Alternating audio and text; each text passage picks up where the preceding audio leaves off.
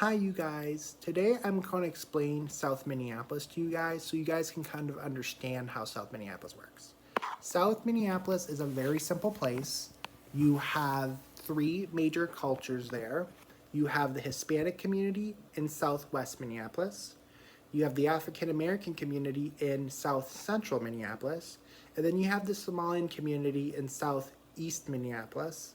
And then Southeast Minneapolis also has the University of Minnesota.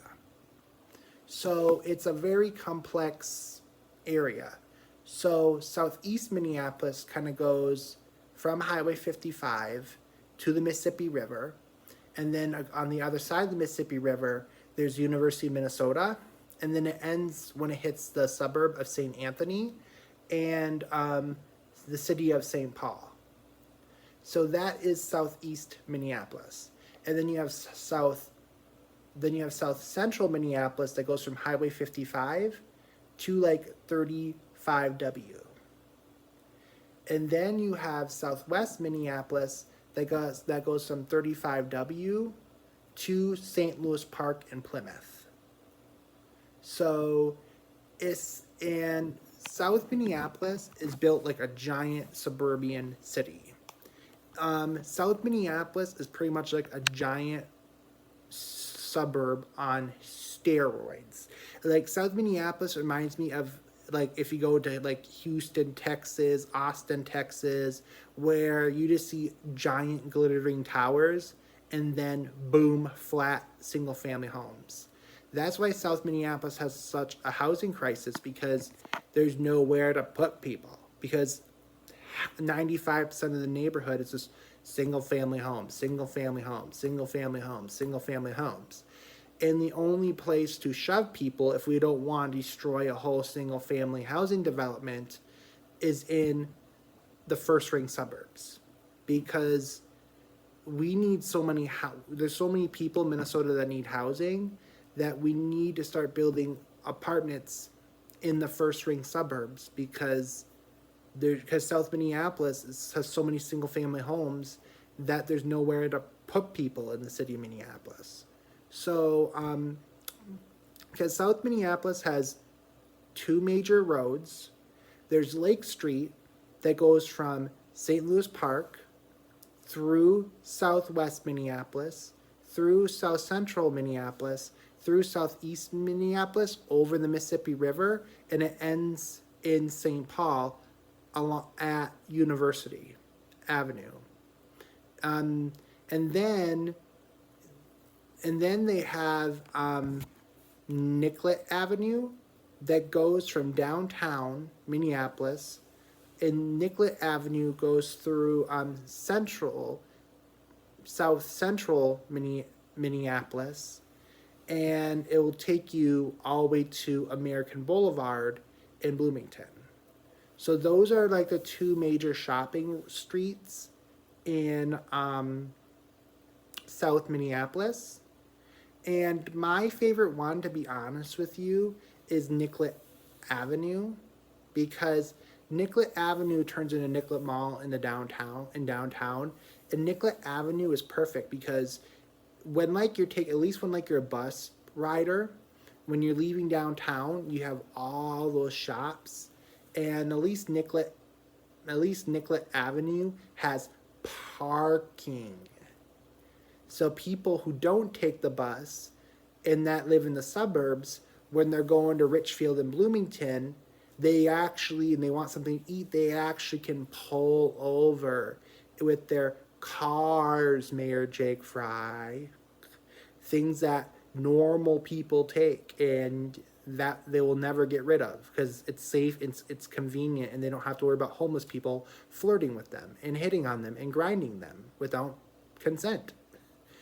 And then, they can park there, they can do their shopping, hop back in their car, and then continue driving to Richfield or Bloomington. And then, and I like Nicollet Avenue because it has parking, it has restaurants, and behind the restaurants on Nicollet Avenue, there is apartment buildings and a bunch of single family homes.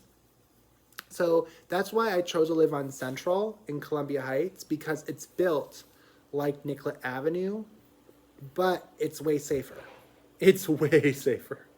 So then you know, so then you know, it's a perfect place. You know, when I go see my friend Cheryl in Bloomington, I I can go store hopping because the 18 that goes down that road comes every 15 to 20 minutes.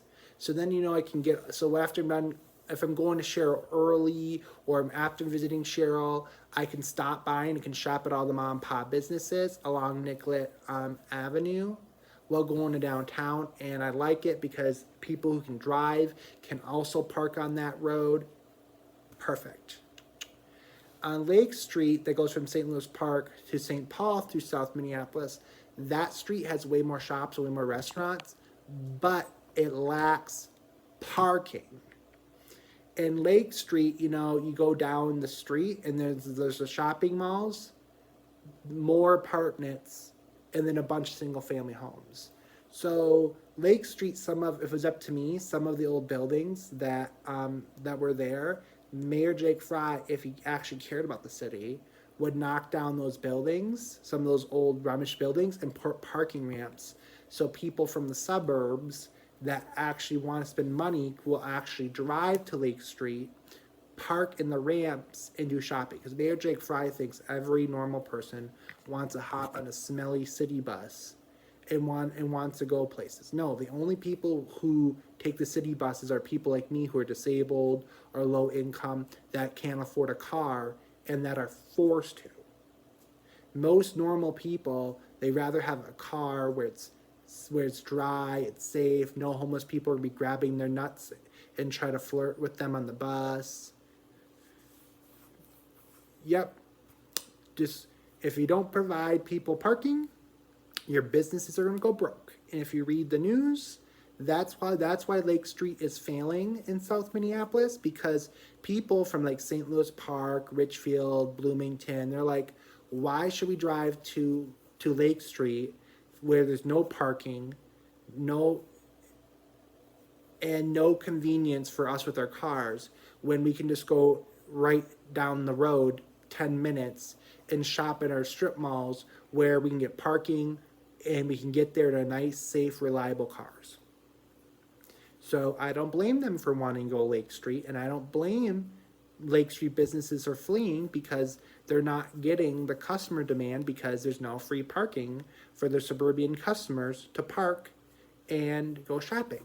So when I go down to South Minneapolis, a lot of times I like shopping on Nicollet Avenue, and because normal people that don't or that are not forced to take the bus by the state of Minnesota can shop there. I can shop there. You mean? And they have stores for all income groups. So yeah. So like I like Nicollet Avenue the best. And then the best place to shop, if like you want to shop in South Minneapolis, is the Midtown Global Market in the strip malls around the Midtown Global Market, because the Midtown Global Market has a massive parking ramp and it's free. And who does not like free parking? So then and then, you know, you can park at the Midtown Global Market, and the Midtown Global Market has all the stores that someone will ever need. Like, they have, like, restaurant that sells cactus. They have restaurants that sell pizza, like Middle Eastern pizza. They have restaurants that sell normal pizza. They have restaurants like galore, like anything that'll make you fat and obese and make your doctor tell you, hey, you need to walk more and go on a diet. You can, and then they have like unique like mom and pop shops in there.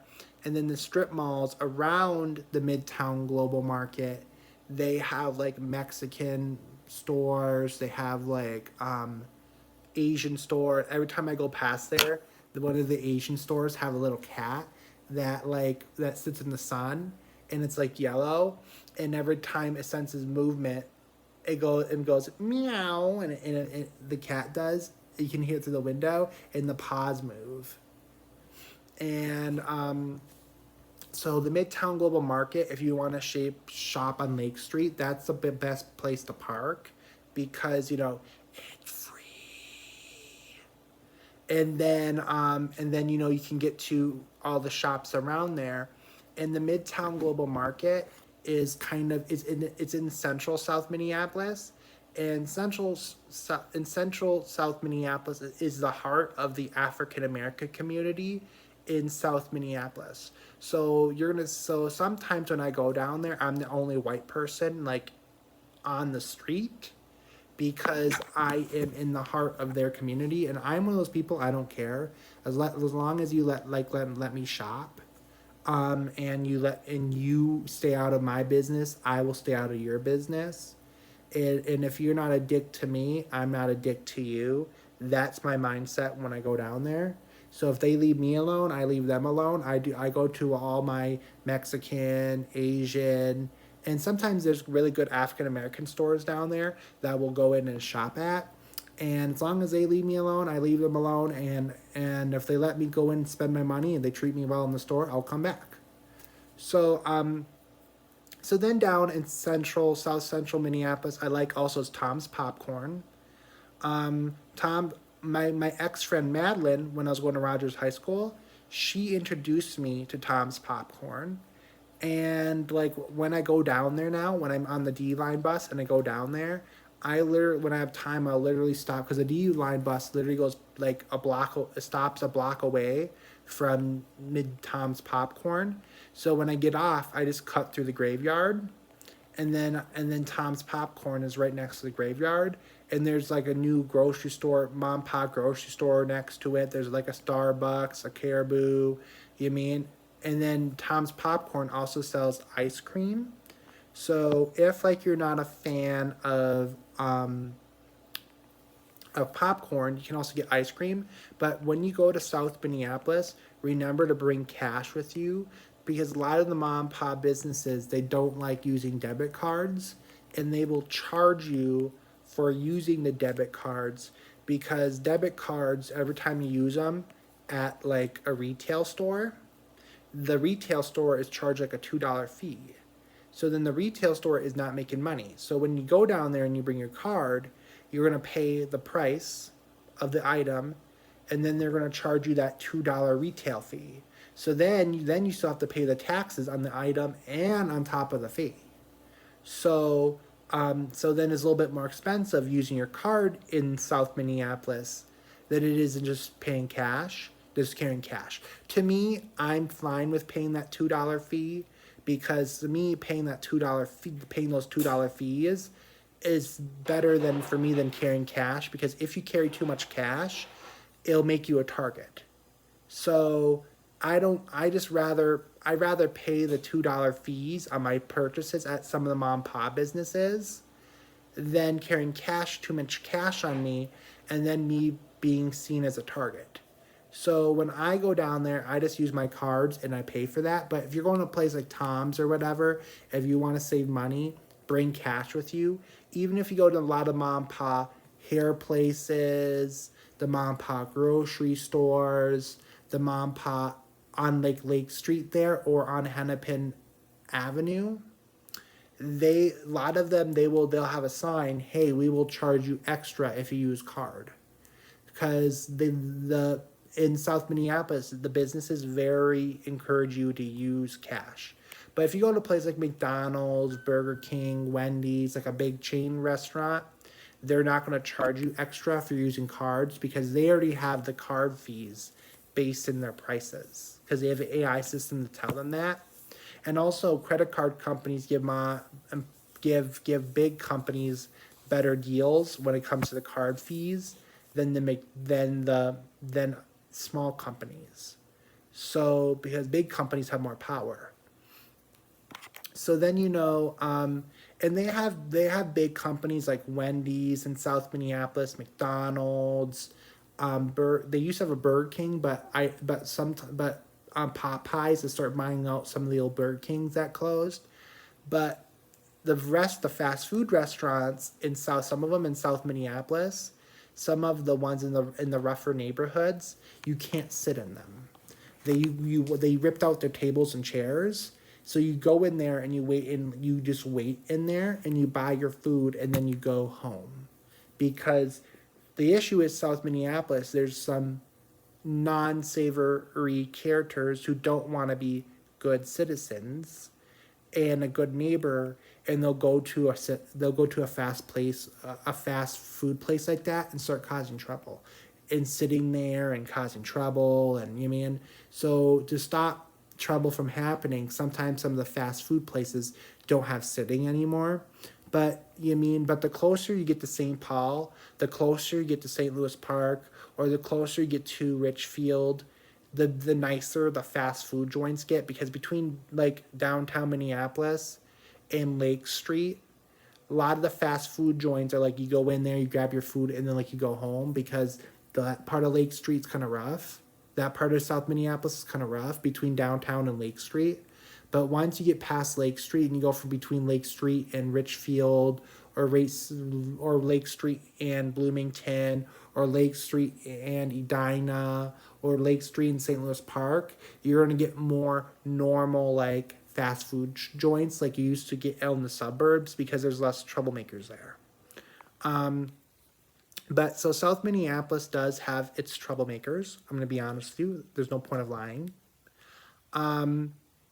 But the pro of South Minneapolis is, if you're like me and you're disabled and the state of Minnesota says, nope, you can't drive because I have vision issues. That's why my YouTube is called Dustin, the Blind Minnesotan, because, I don't have good eyesight.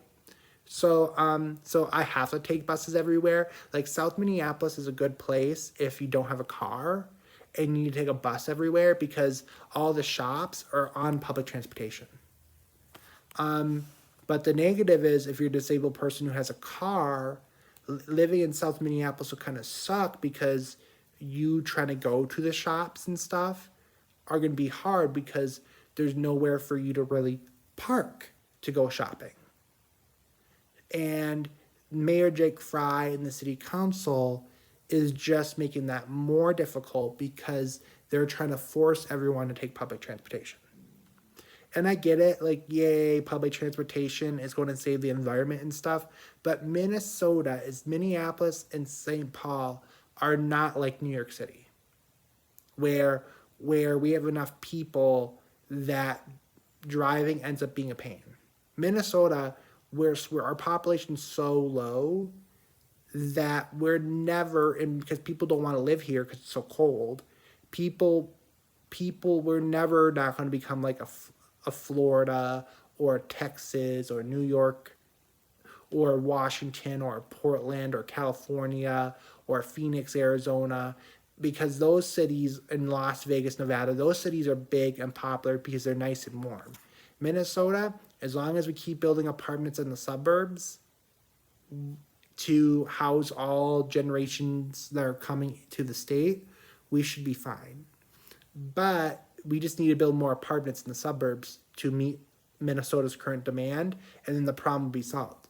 But because it's cold, normal people do not want to wait out at the cold bus stops. Normal people do not want to sit on a smelly bus where people grope you, harass you, try to, whatever, So the city just needs to get their head out of their ass and just build some dumb parking ramps in South Minneapolis, so people who live in the suburbs can go there to shop and improve the economy. And then the other people who live in the area, they can drive to the shops, because in South Minneapolis, if you have a car, sometimes it's just easier driving to Richfield, Bloomington, or St. Louis Park to do your shopping because of parking, and then drive back home. But the city and the city hall leaders and Mayor Drake Fry, they don't see that. And I'm going to tell you, if I had a car, I wouldn't be going through South Minneapolis either. I would be like taking my car, driving. I would just take the highway to Bloomington that goes through the suburbs, Or you mean instead of or go through downtown and then take Highway 55 and then get on the highway there to head towards Bloomington, I would never head through South Minneapolis. And you don't need to, but if the city puts parking ramps there and then in there and encourages people from the suburbs to drive in and park in the parking ramps, it would improve South Minneapolis' economy. But is Mayor Jake Fry going to do that? No, because he needs to be difficult. And then, a good thing about South Minneapolis I like is they have the 5/8 Club. They do have one up in Champlin, but Champlin's like the new one. The original one is in South Central Minneapolis or Central South Minneapolis, whatever way you want to put it. And that's the original one. And they compete against Matt's Bar in South Minneapolis with the Juicy Lucy. So the Juicy Lucy is pretty good. I like it. I don't like the way how Matt's Bars runs because Matt's Bar, you pay with cash. They kind of rush you in there. They want you to be quiet and eat, and they rush you out. That's kind of the atmosphere they give you. So when I go to South Minneapolis, I like going to the 5/8 Club because the 5/8 Club has similar tasting food to Matt's Bar. But the 5/8 Club, it's actually like you can pay with your debit card. You can sit down. They're not like rushing you in and out, in and out. You're not like assembly line. You can actually take your time and eat without feeling pressure. So I like going to 5/8 Club.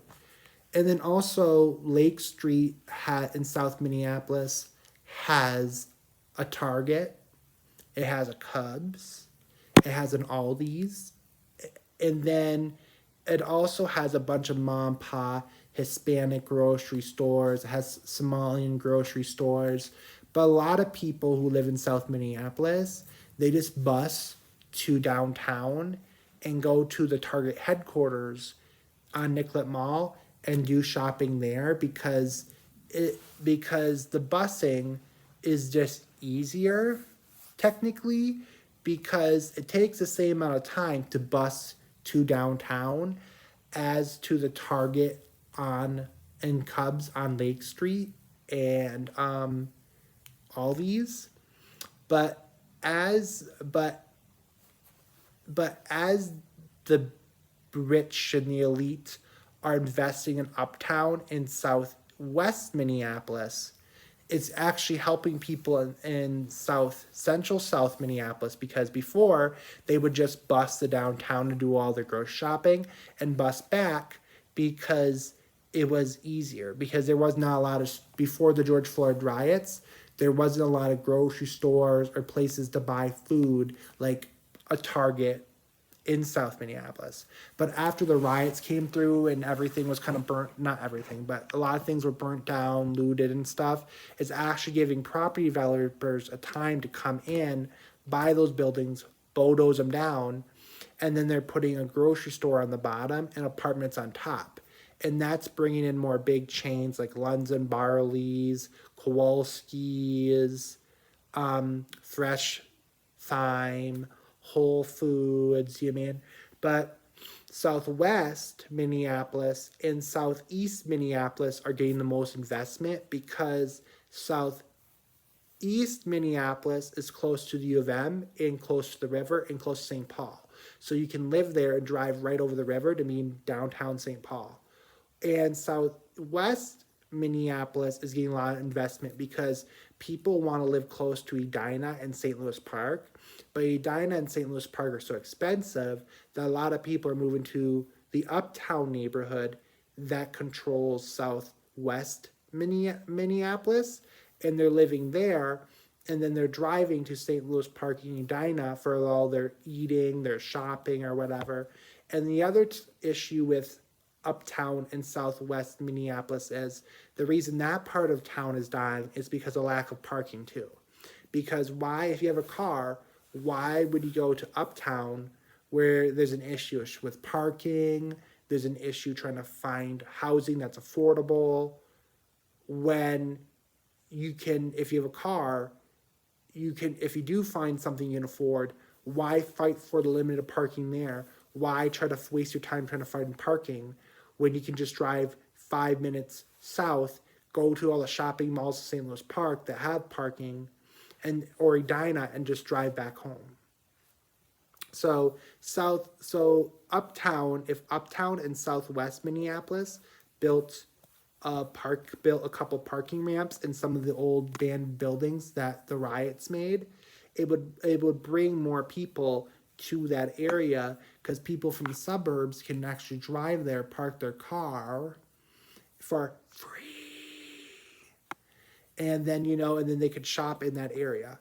The most struggling part of South Minneapolis right now is central South Minneapolis by the Midtown Global Market, because 95% of their customers came from people leaving downtown, going down Nicollet Avenue to Richfield and to American Boulevard on Bloomington. That's where 95% of their customers came from. But now with the world changing and people can now work from home, so a lot of the shootings, the crime, the robberies, the drug addicts, the homelessness, the homeless prostitutes, the Hispanic immigrants who are begging for employment, all the problems are in South Minneapolis are happening in South Central Minneapolis, right where Lake Street and Hennepin Avenue meet, because there's a lack of opportunities right there right now. Unless you want to work in restaurants, there's a lack of opportunities there right now, because the way downtown Minneapolis is collapsing, because Mayor Jack Fry and these rich elite property developers are not saving it.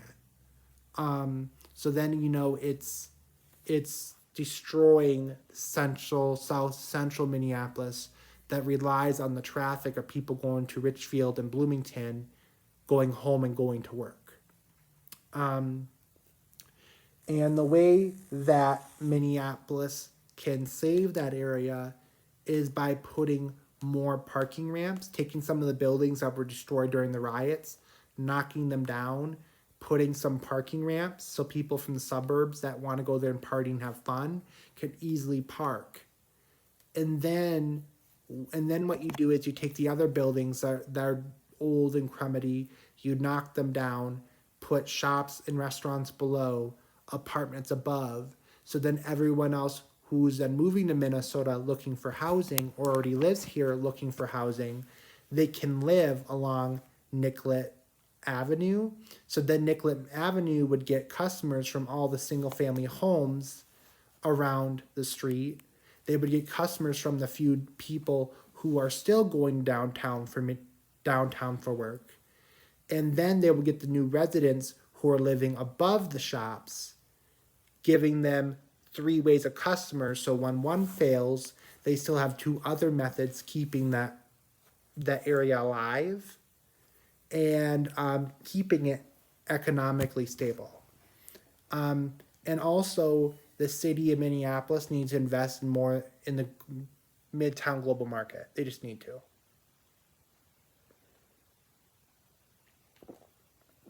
Because that central South Minneapolis lacks major grocery stores, because most of their income is based off restaurants and stuff. So they lack major grocery stores. They lack housing. They lack parking spots where people can park for free. And then they lack modern housing where higher income people that are trying to move to Minnesota, find their first place to live without their parents, to help flow the economy and to help meet the demand of housing in the city. So it's kind of like a double whammy. So if you're going to live in South Minneapolis, you want to live in Southeast Minneapolis, or you want to live like in the Longfellow neighborhood, or you want to live in southwest Minneapolis in the uptown neighborhood where the investments that are going there aren't perfect, but at least there's investment. Well, south central Minneapolis is the part of South Minneapolis that's falling apart because there's no investment from the city. Like the city is like acting like they want that part of the city to fail on purpose. So, because that part of the city, because if South Central Minneapolis keeps falling apart, it's going to eventually affect Southeast Minneapolis and Southwest Minneapolis, because the trouble is going to then ruin the nice areas that the cities are trying to invest in and spice up on. Because the Longfellow neighborhood is in South Minneapolis is very nice. Bunch of single family homes. There's a Cubs, there's a Target, there's an Aldi's, there's a Wells Fargo Bank. There's like 3 Somalian restaurants over there. There's the bowling alley. There's Free Geek that helps low income people get computers and all that stuff. Wonderful neighborhood.